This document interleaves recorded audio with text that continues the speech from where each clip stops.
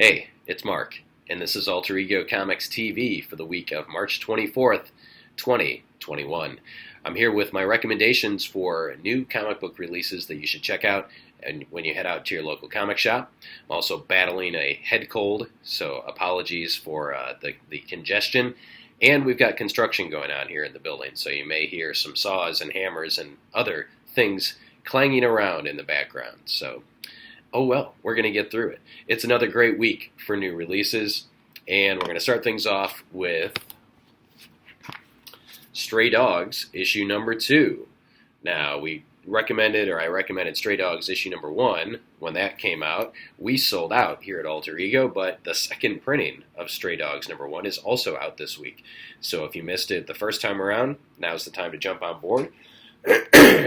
Stray Dogs, of course, is the kind of horror mystery involving canines, a little bit of Silence of the Lambs meets All Dogs Go to Heaven, or Lady and the Tramp meets Seven. I think those are some of the descriptions. Jason Aaron, in fact, says it's the most wickedly cool new comic I've seen in a long while, dark and inventive and utterly delightful. You can't go wrong with Stray Dogs. This is written by Tony Fleeks. One of these days I'll get it right.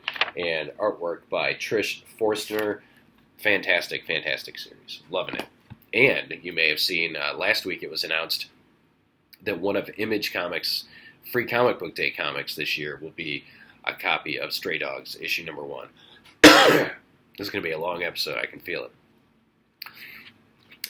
Also new this week and recommended Alien number 1. From Marvel Comics, of course, Disney bought Marvel, and then Marvel bought Fox. Is that the way? Or Disney bought Fox? So now the Alien and Predator licenses are under the Disney umbrella along with Marvel. So it's too soon to tell whether this is set within the Marvel universe, but all signs point to no at this point, that this is an Alien story that does not involve anyone in the Marvel universe, and that's perfectly fine. This is written by Philip Kennedy Johnson. Amazing artwork by Salvador Larroca. And who's this for? Alien fans. And there are a lot of you out there. And I consider myself a casual Alien fan. Big fan of the first 2 films. Not so much anything after that. But I think the concept is super cool. And I'm a huge fan of the Brood in the X-Men universe, which are clearly inspired by xenomorphs. So Philip Kennedy Johnson does a fantastic job with this first issue. And again, the artwork by Salvador Larroca is off the charts. So this is an easy pickup for me, and hopefully an easy pickup for you. Let's get to some DC stuff. And as I've mentioned several times over the last few weeks, DC is now entering their Infinite Frontier stage. So this is post-Future State, kind of not a reset, but DC's kind of getting their stuff together. And it shows in a lot of these new books. So we've got Batman, Superman, number 16, new creative team, written by Gene Luen Yang, who is always fantastic, artwork by Ivan Reis. And this one is probably one of my favorites this week. It's written as, excuse me, you don't really know what's going on. We've got 2 film strips going on here, one involving Superman, one involving Batman and Robin, and it says at the beginning, basically it's a double feature, and you can either read the top film strip all the way through and then come back and read the bottom film strip, which is Batman, all the way through, or you can read both the Superman and the Batman strip at the same time, and they are connected. So great work by Gene Luen Yang with this, and by Ivan Reis tying the artwork together. This is really, really good. Great jumping on point. You don't have to know anything that happened prior in this series.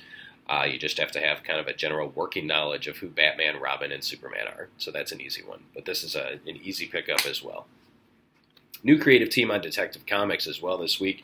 Issue 1034. Mariko Tamaki is taking over the writing duties, and Dan Mora from Once and Future is doing the art.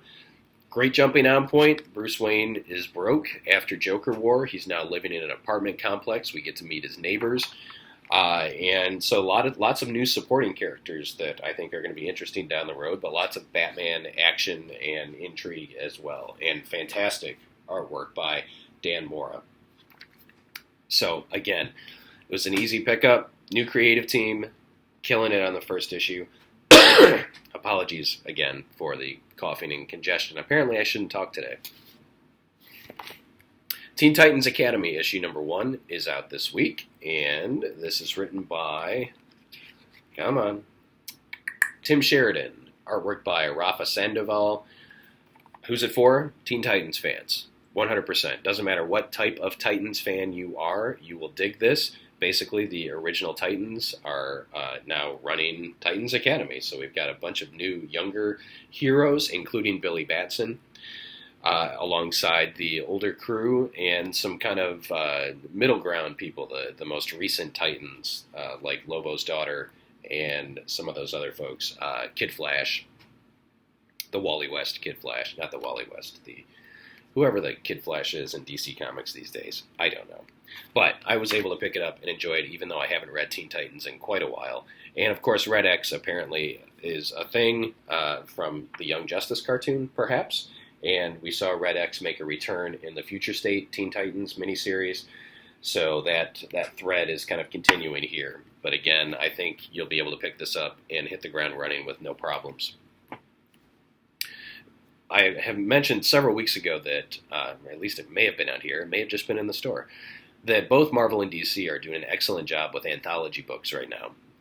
DC has Batman Black and White, Superman Red and Blue, Marvel has Wolverine Black, White, and Blood, and now we've got Carnage Black, White, and Blood. So they're taking top of the line creators like Tini Howard, Ben Percy, and Al Ewing, writing Ken Lashley, Sarah Pichelli, and John McCrae, penciling, and telling short stories involving the main character, involving Carnage. And everything is black, white, and blood. So you've got black, white, and red here. If you're a Carnage fan, this is a must-buy. Spider-Man fan, I would at least pick up the first issue and check it out. I'm, again, really enjoying the short story format because we're getting some really solid stories from great creators involving characters that, Carnage doesn't have his own book. So this is where you're going to get a lot of Carnage, and Superman can be wrapped up in out-of-this-world adventures. Superman Red, White, or Red and Blue kind of brought him back down to Earth. So, as I said, I think Marvel and DC are both really doing a top-notch job with their anthology books right now. And finally, the last single-issue new release that I want to recommend this week is Harley Quinn, number 1. This is written by Stephanie Phillips, artwork by Riley Rossmo, and this is the complete package. This is probably my pick of the week, although I enjoyed everything that I talked about this week. Harley Quinn number 1 is excellent. It picks up the pieces of Joker War, where Harley is kind of reformed and working freelance as a member of the Bat family. We get some great interaction between Batman and Harley Quinn here, and she's trying to make amends with Gotham City, which she's finding difficult because she's so synonymous with the Joker. But I really enjoyed this take on Harley Quinn, and when I was fortunate enough to talk to Stephanie Phillips a few weeks ago, I mentioned that what James Tynion IV did with her character during Joker War, I thought was fantastic, and I was glad to hear and now see that Stephanie Phillips is continuing with that as Harley as a reformed villain, trying to make right and play nice and be a member of the Bat family, and enjoy the heck out of this one. Harley Quinn number 1 is a must-buy. Let's get to some new graphic novels. We've got the soft cover of Deceased by Tom Taylor, Trevor Hairsine. Nice reflection of my laptop here. Deceased is one of our best-selling graphic novels. The hardcover was one of our best-selling graphic novels of the last 2 years, and now we have the softcover, and I expect that it will remain in the top 10 for quite a while.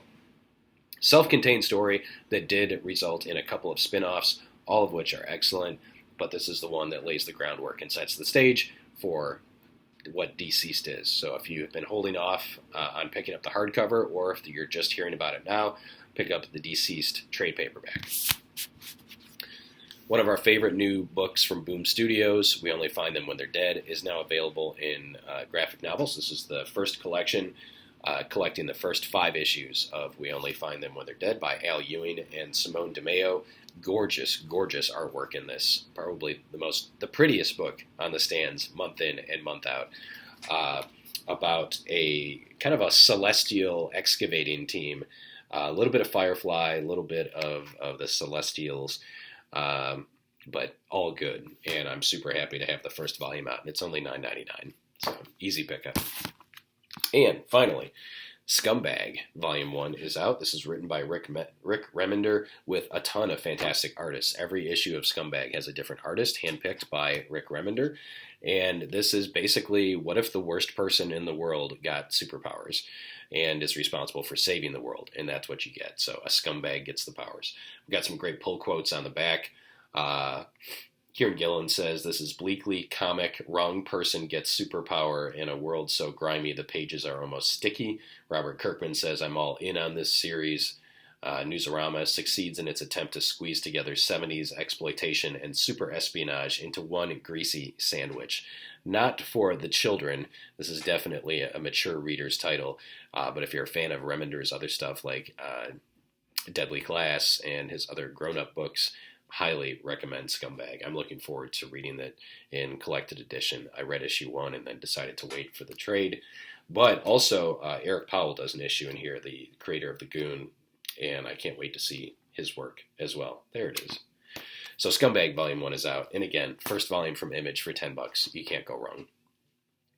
Really, I feel like now that COVID is hopefully going to become, at least the COVID world that we're living in is hopefully going to become a thing of the past. Spring is here. Spring is showing sunshine and warmer weather here in Ohio. And the comic book industry is kind of firing on all cylinders by putting out great books week in and week out. So I hope that you visit your local comic shop this week and pick up some of these books along with your regular pull list. I hopefully will be posting an interview with one of this week's new release writers later in the week, probably on Friday. And if you're local, we hope to see you soon. It's going to be a great week at the comic shop. As always, I appreciate you watching and appreciate your comments and appreciate your subscribes. So if you want to be kept in the loop on when a new video goes up, hit the subscribe button. Give this video a thumbs up as well. And I will see you again very soon.